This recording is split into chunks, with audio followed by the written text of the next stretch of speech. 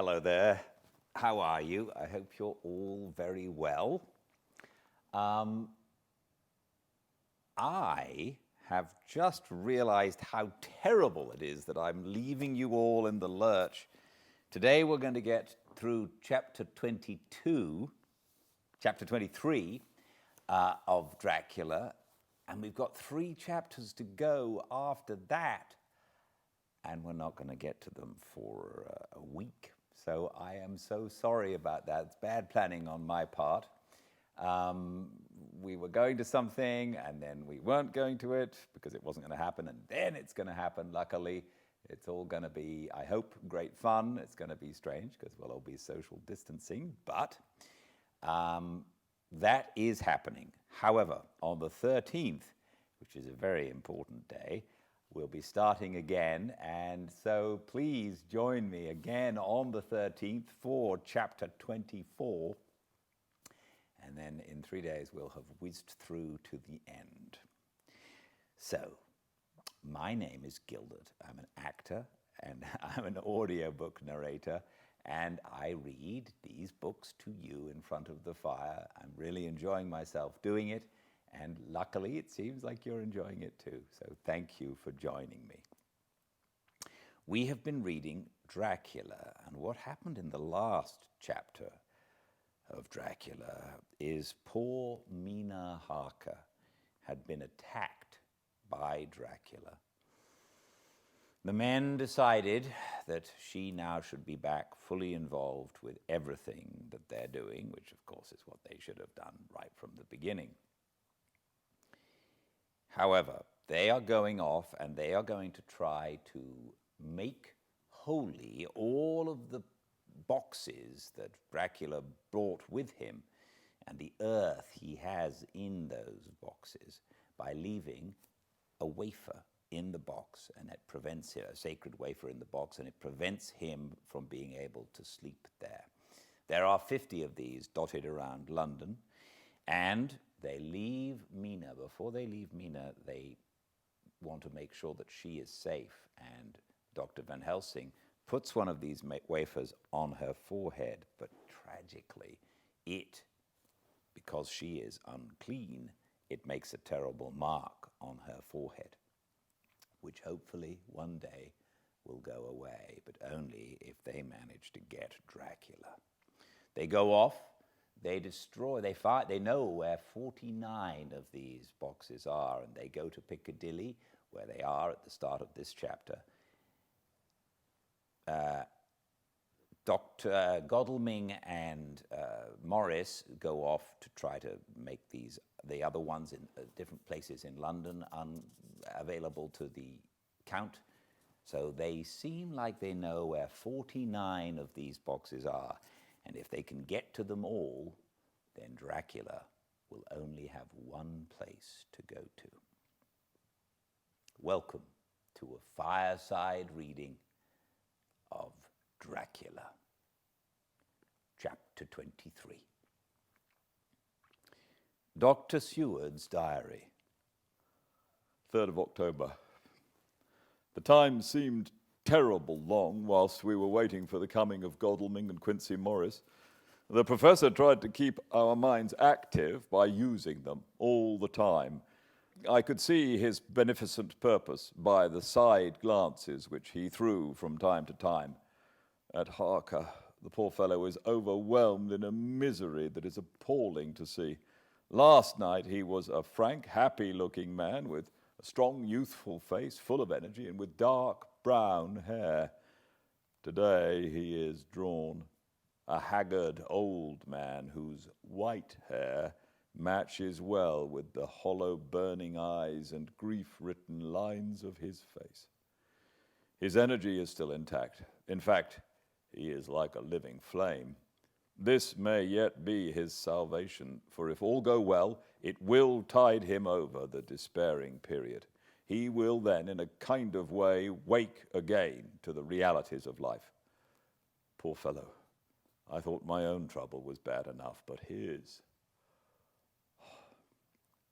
The professor knows this well enough and is doing his best to keep his mind active. What he has been saying was, under the circumstances, of absorbing interests. So well as I can remember, here it is.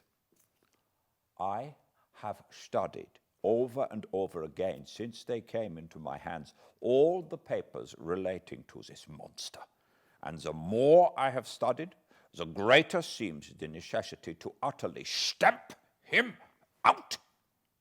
All through, there are signs of his advance, not only of his power, but of his knowledge of it.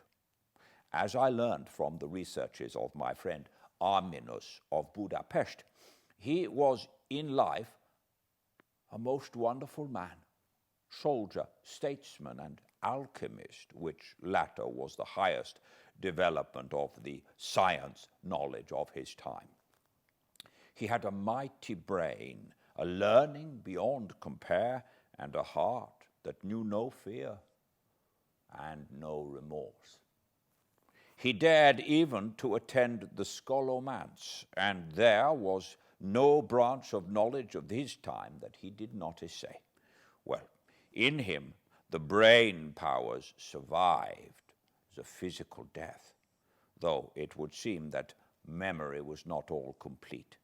In some faculties of mind he has been and is only a child, but he is growing, and some things that were childish at the first are now of man's stature.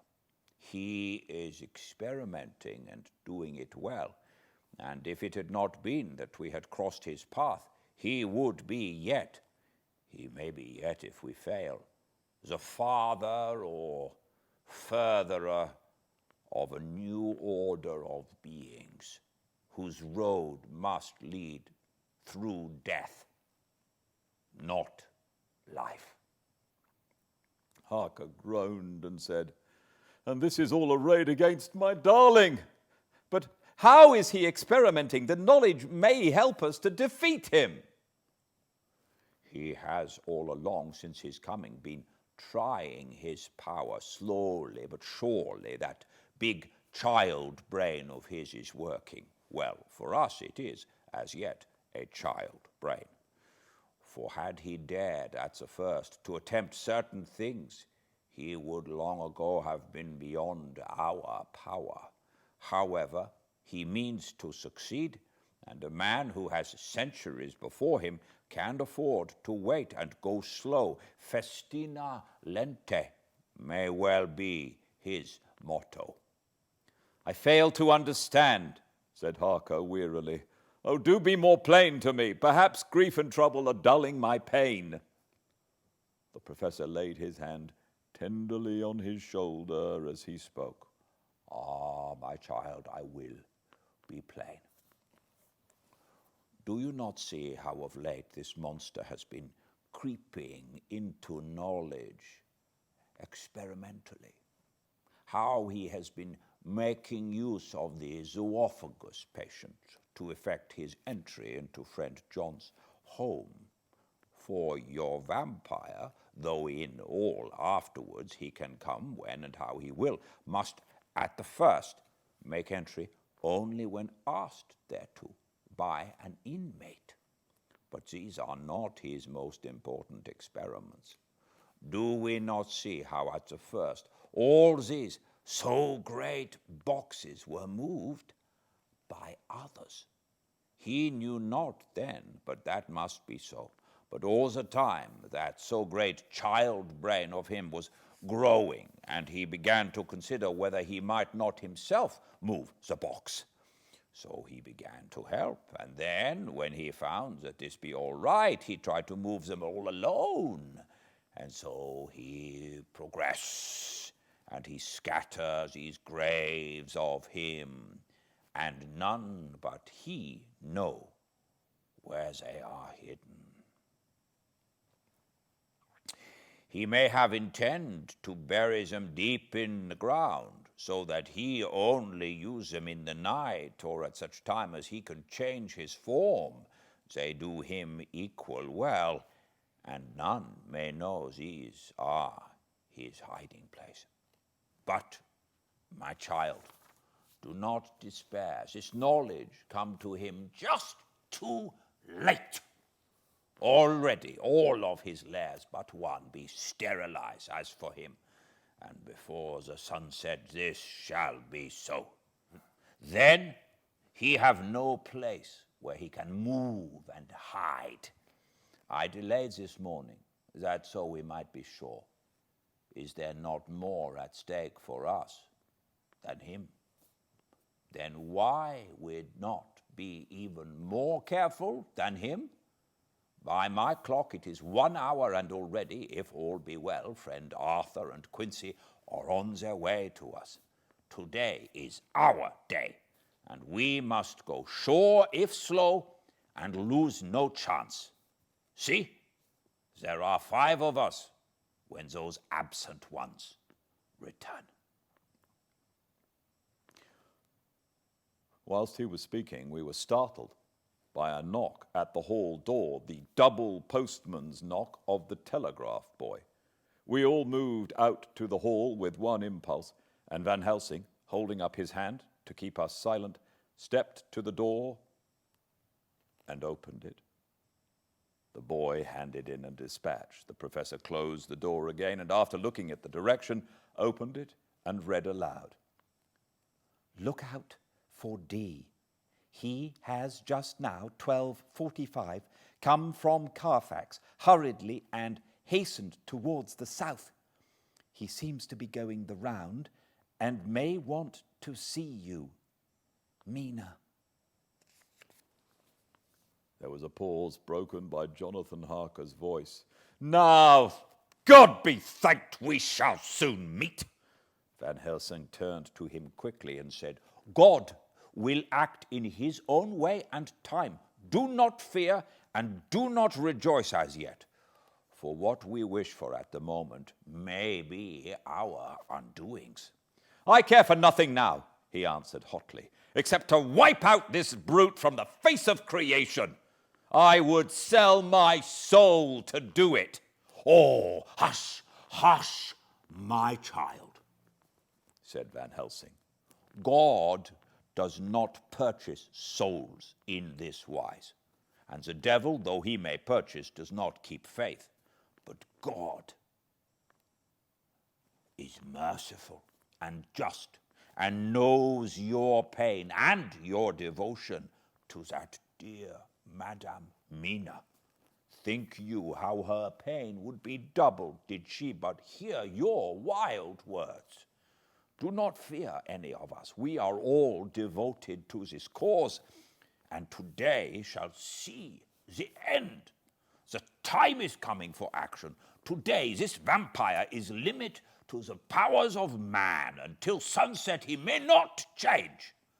It will take him time to arrive here. See, it is 20 minutes past 1, and there are yet some times before he can hither come.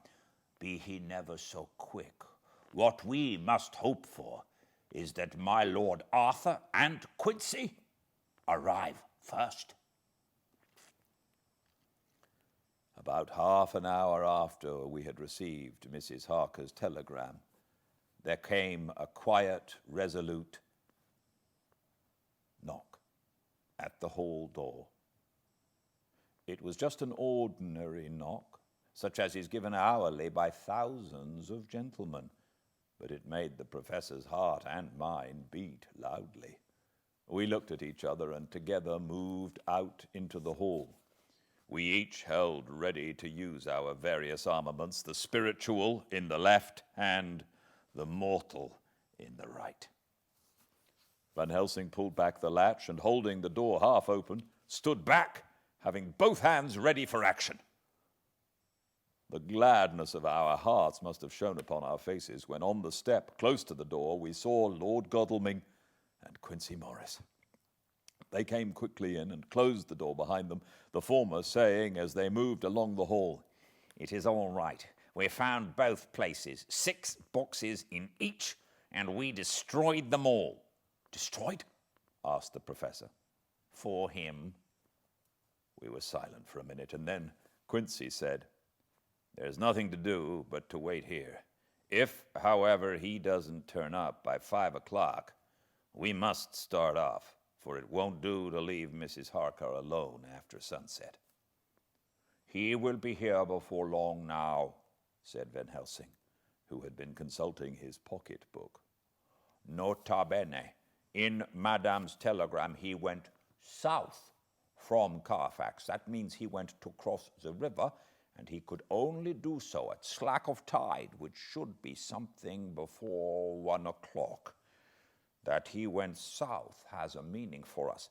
He is as yet only suspicious, and he went from Carfax first to the place where he would suspect interference least.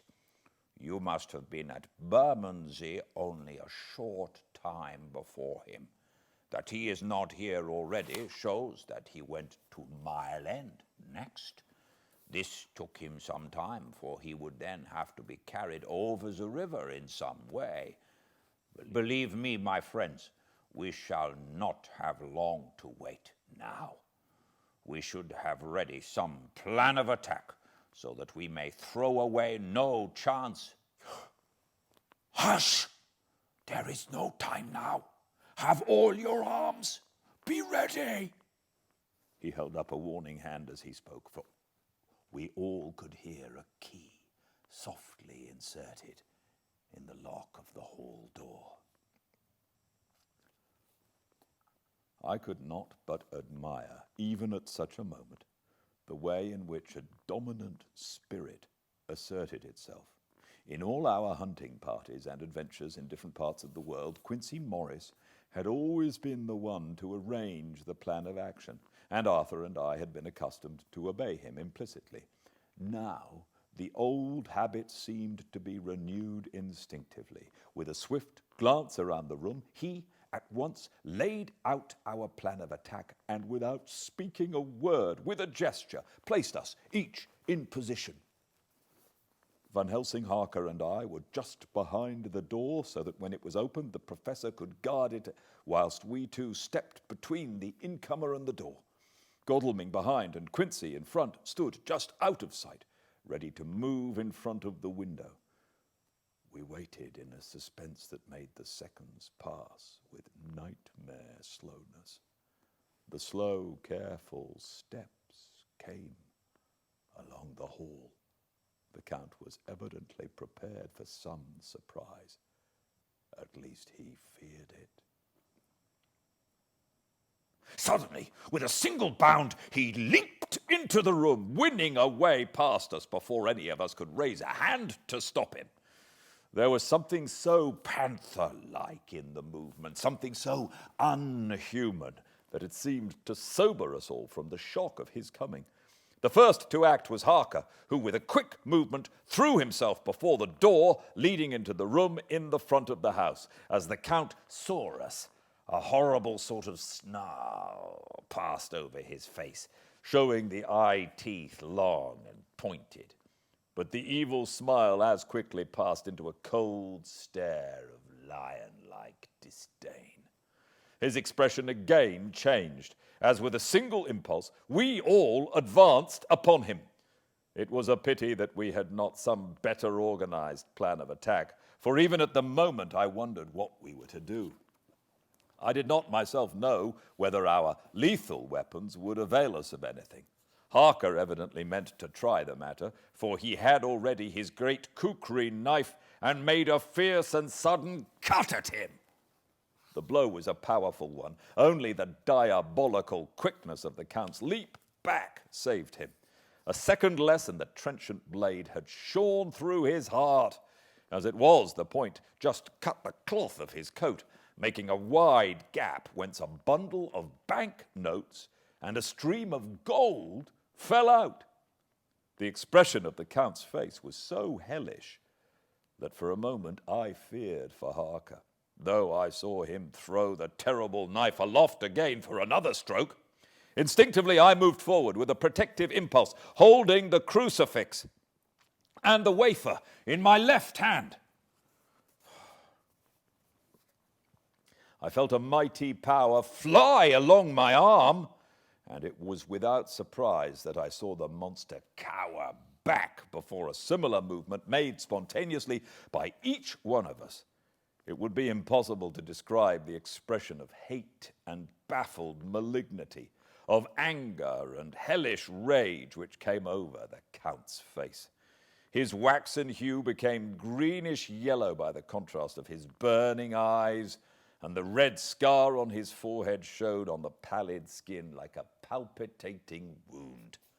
The next instant, with a sinuous dive, he swept under Harker's arm ere his blow could fall, and grasping a handful of the money from the floor, dashed across the room, threw himself at the window. Amid the crash and glitter of the falling glass, he tumbled into the flagged area below. Through the sound of the shivering glass, I could hear the ting of the gold as some of the sovereigns fell on the flagging. We ran over and saw him spring unhurt from the ground. He, rushing up the steps, crossed the flagged yard and pushed open the stable door. There he turned and spoke to us. You think you baffle me? You, with your pale faces all in a row, like sheep in a butcher's. You shall be sorry yet, each one of you. You think you have left me without a place to rest, but I have more. My revenge is just begun. I spread it over centuries, and time is on my side. Your girls that you all love are mine already, and through them you and others shall yet be mine, my creatures to do my bidding and to be my jackals when I want to feed. Bah! With a contemptuous sneer, he passed quickly through the door, and we heard the rusty bolt creak as he fastened it behind him. A door beyond opened and shut. The first of us to speak was the professor, as realizing the difficulty of following him through the stable, we moved toward the hall. We have learned something, much. Notwithstanding his brave words, he fears us. He fear time. He fear want. For if not, why he hurry so? His very tone betray him, or my ears deceive. Why take that money? You follow, quick. You are hunters of wild beast and understand it so. For me, I make sure that nothing here may be of use to him, if so that he return. As he spoke, he put the money remaining into his pocket, took the title deeds in the bundle, as Harker had left them, and swept the remaining things into the open fireplace, where he set fire to them with a match. Godalming and Morris had rushed out into the yard, and Harker had lowered himself from the window to follow the Count. He had, however, bolted the stable door, and by the time they had forced it open, there was no sign of him. Van Helsing and I tried to make inquiry at the back of the house, but the mews was deserted, and no one had seen him depart. It was now late in the afternoon, and sunset was not far off.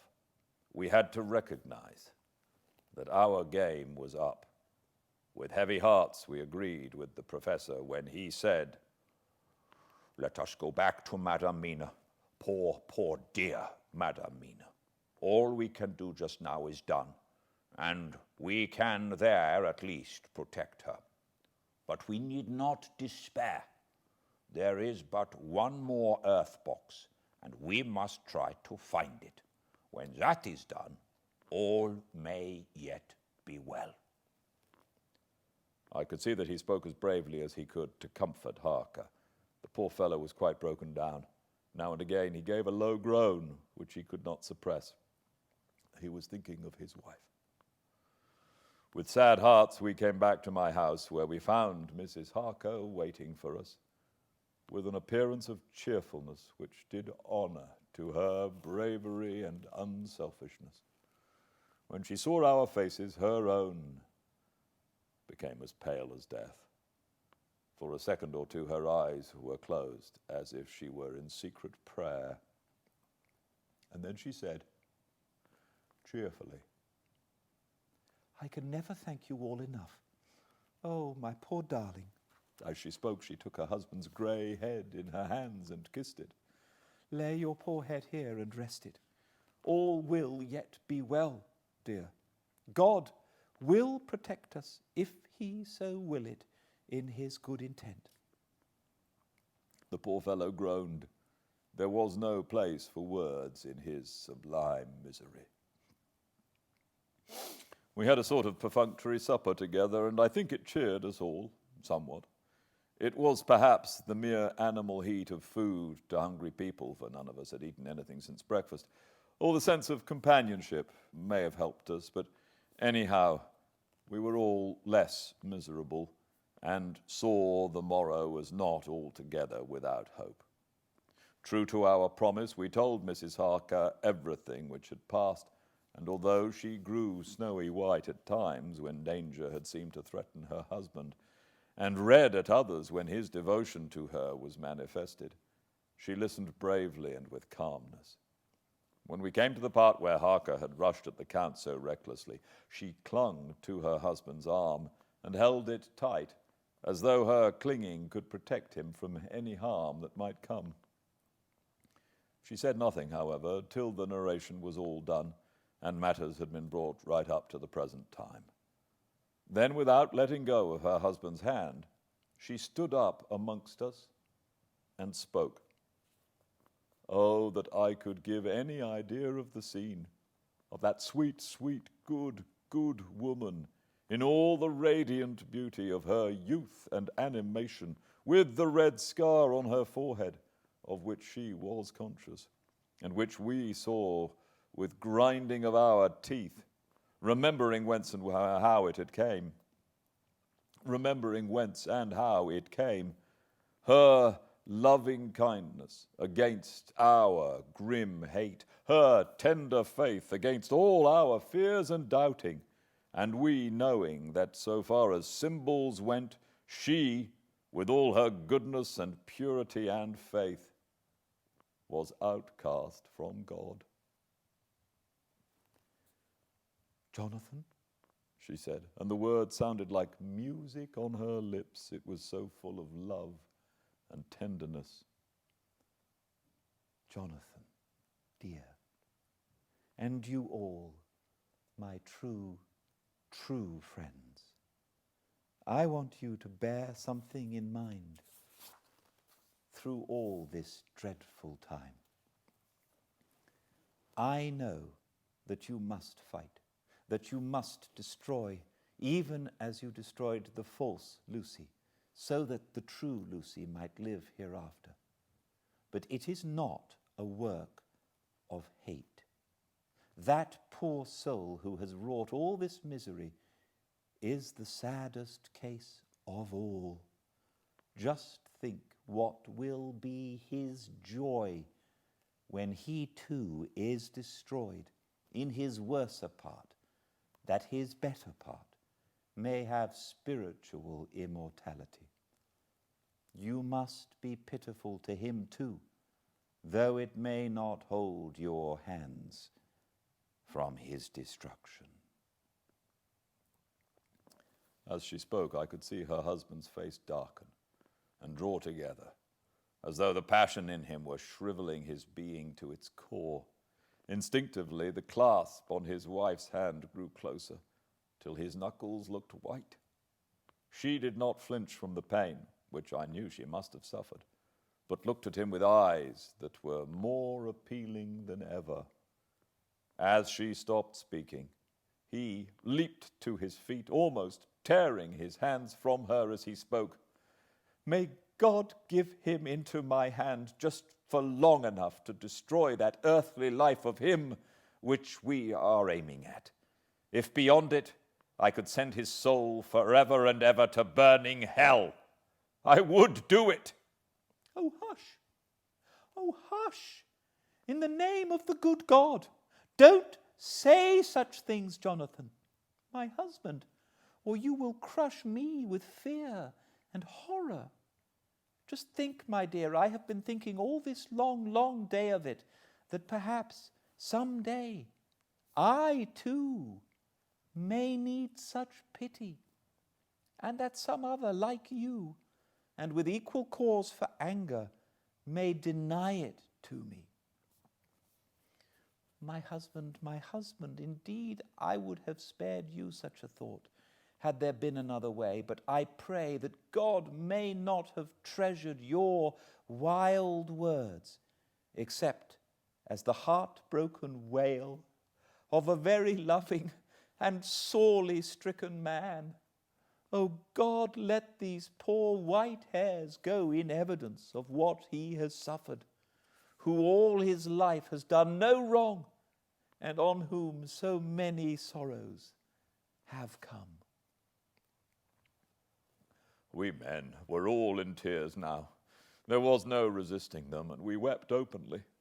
She wept too, to see that her sweeter counsels had prevailed. Her husband flung himself on his knees beside her, and putting his arms round her, hid his face in the folds of her dress. Van Helsing beckoned to us, and we all stole out of the room, leaving the two loving hearts alone with their God. Before they retired, the professor fixed up the room against any coming of the vampire and assured Mrs. Harker that she might rest in peace. She tried to school herself to the belief, and manifestly, for her husband's sake, tried to seem content. It was a brave struggle, and was, I think and believe, not without its reward. Van Helsing had placed at hand a bell, which either of them was to sound in case of any emergency. When they had retired, Quincy Godalming and I arranged that we should sit up, dividing the night between us, and watch over the safety of the poor stricken lady. The first watch falls to Quincy, so the rest of us shall be off to bed as soon as we can. Godalming has already turned in, for his is the second watch. Now that my work is done, I too shall go to bed. Jonathan Harker's journal. 3rd to the 4th of October, close to midnight. I thought yesterday would never end. There was over me a yearning for sleep, in some sort of blind belief that to wake would be to find things changed, and that any change must now be for the better. Before we parted, we discussed what our next step was to be, but we could arrive at no result. All we knew was that one earth box remained, and that the Count alone knew where it was. If he chooses to lie hidden, he may baffle us for years. And in the meantime, the thought is too horrible. I dare not think of it even now. This I know, that if ever there was a woman who was all perfection, that one is my poor wronged darling. I love her 1,000 times more for her sweet pity of last night, a pity that made my own hate of the monster seem despicable. Surely God will not permit the world to be the poorer by the loss of such a creature. This is hope to me. We are all drifting reefwards now, and faith is our only anchor. Thank God Mina is sleeping, and sleeping without dreams. I fear what her dreams might be like, with such terrible memories to ground them in. She has not been so calm within my seeing since the sunset. Then for a while there came over her face a repose which was like spring after the blasts of March. I thought at the time that it was the softness of the red sunset on her face, but somehow now I think it was a deeper meaning. I am not sleepy myself, though I am weary to death. However, I must try to sleep, for there is tomorrow to think of. And there is no rest for me until later. I must have fallen asleep, for I was awakened by Mina, who was sitting up in bed with a startled look on her face.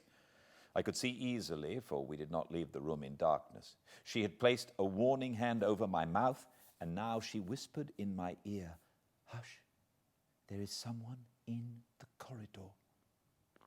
I got up softly and, crossing the room, gently opened the door. Just outside, stretched on a mattress, lay Mr. Morris, wide awake. He raised a warning hand for silence as he whispered to me, "Hush, go back to bed. It is all right. One of us will be here all night. We don't mean to take any chances."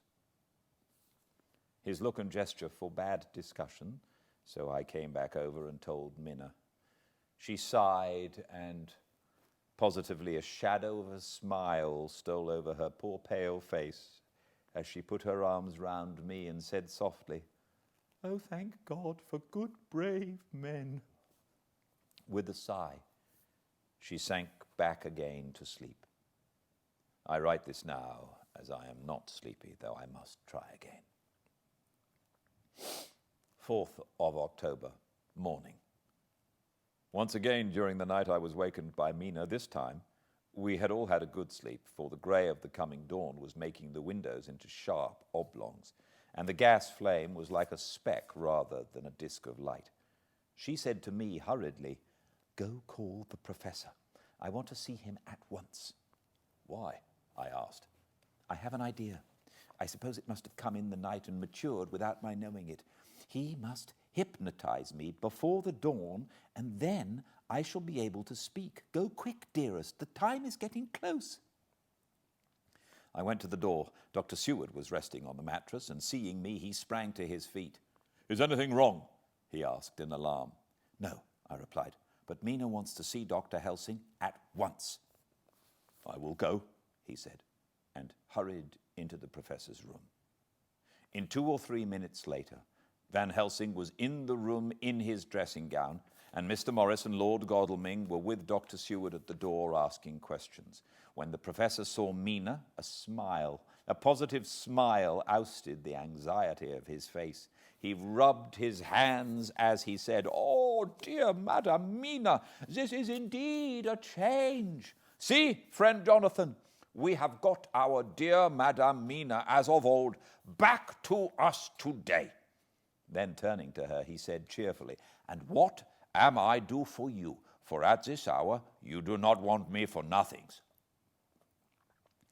"I want you to hypnotize me," she said. "Do it before the dawn, for I feel that then I can speak, and speak freely. Be quick, for the time is short." Without a word, he motioned for her to sit up in bed. Looking fixedly at her, he commenced to make passes in front of her, from over the top of her head downward, with each hand in turn. Mina gazed at him fixedly for a few minutes, during which my own heart beat like a trip hammer, for I felt that some crisis was at hand. Gradually her eyes closed, and she sat stock still. Only by the gentle heaving of her bosom could one know that she was still alive. The professor made a few more passes, and then stopped. And I could see that his forehead was covered with great beads of perspiration. Mina opened her eyes, but she did not seem the same woman. There was a faraway look in her eyes, and her voice had a sad dreaminess which was new to me. Raising his hand to impose silence, the professor motioned to me to bring the others in. They came on tiptoe, closing the door behind them, and stood at the foot of the bed looking on. Mina appeared not to see them. The stillness was broken by Van Helsing's voice speaking in a low, level tone which would not break the current of her thoughts. "Where are you?" The answer came in a neutral way. "I do not know. Sleep has no place it can call its own." For several minutes there was silence. Mina sat rigid, and the professor stood staring at her fixedly. The rest of us hardly dared to breathe. The room was growing lighter. Without taking his eyes from Mina's face, Dr. Van Helsing motioned me to pull up the blind. I did so, and the day seemed just upon us. A red streak shot up, and a rosy light seemed to diffuse itself through the room. On the instant, the professor spoke again. Where are you now? The answer came dreamily, but with intention. It were as though she were interpreting something. I have heard her use the same tone when reading her shorthand notes. I do not know. It is all strange to me. What do you see? I can see nothing. It is all dark. What do you hear? I could detect the strain in the professor's patient voice. The lapping of water. It is gurgling by, and little waves leap. I can hear them on the outside. Then you are on a ship? We all looked at each other, trying to glean something each from the other. We were afraid to think. The answer came quick. Oh, yes. What else do you hear? The sound of men stamping overhead as they run about. There is the creaking of a chain and the loud tinkle as the check of the capstan falls into the ratchet. What are you doing? I am still. Oh, so still. It is like death. The voice faded away into a deep breath as of one sleeping, and the eyes closed again. By this time the sun had risen, and we were all in the full light of day. Dr. Van Helsing placed his hand on Mina's shoulders and laid her head down softly on her pillow. She lay like a sleeping child for a few moments, and then with a long sigh awoke and stared in wonder to see us all around her. Have I been talking in my sleep? Was all she said. She seemed, however, to know the situation without telling, though she was eager to know what she had told. The professor repeated the conversation, and she said, Then there is not a moment to lose. It may not be yet too late. Mr. Morris and Lord Godalming started for the door, but the professor's calm voice called them back. Stay, my friends. That ship, wherever it was weighing anchor whilst she spoke. There are many ships weighing anchor at the moment in your so great port of London. Which of them is it that you seek? God be thanked that we have once again a clue, though whither it may lead us, we know not. We have been blind somewhat, blind after the manner of men, since when we can look back, we see what we might have been looking forward if we had been able to see what we might have seen. Alas, but that sentence is a puddle, is it not? We can know now what was in the Count's mind when he sees that money, though Jonathan's so fierce knife put him in the danger that even he dread, he meant escape. Hear me, escape. He saw that with but one earth box left and a pack of men following like dogs after a fox, this London was no place for him. He have take his last earth box on board a ship, and he leave the land. He think to escape, but no, we follow him. Tally ho, as friend Arthur would say when he put on his red frock. Our old fox is wily, oh so wily, and we must follow with wile. I too am wily, and I think his mind in a little while.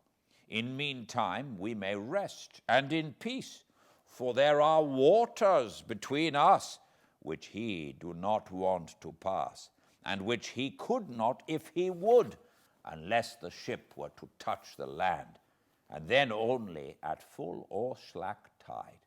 See, and the sun is just rose, and all day to sunset is to us. Let us take bath and dress and have breakfast, which we all need, and which we can eat comfortably, since he be not in the same land as us. Mina looked at him appealingly as she asked, "But why need we seek him further when he is gone away from us?" He took her hand and patted it as he replied, "Ask me nothing as yet. When we have breakfast, then I answer all questions." He would say no more, and we separated to dress. After breakfast, Mina repeated her question. He looked at her gravely for a minute and then said sorrowfully, "Because, my dear Madame Mina, now more than ever must we find him, even if we have to follow him to the jaws of hell." She grew paler as she asked faintly, "Why?" "Because," he answered solemnly, "he can live for centuries, and you are but mortal woman. Time is now to be dreaded, since once he put that mark upon your throat." I was just in time to catch her as she fell forward in a faint.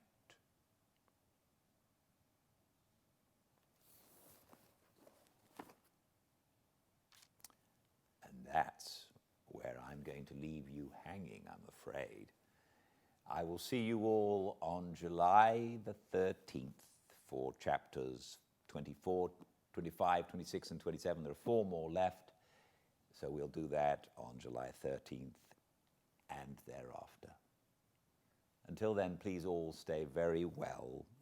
I do very much hope this helps. I'm going to miss reading to you, but I look forward to seeing you on the 13th.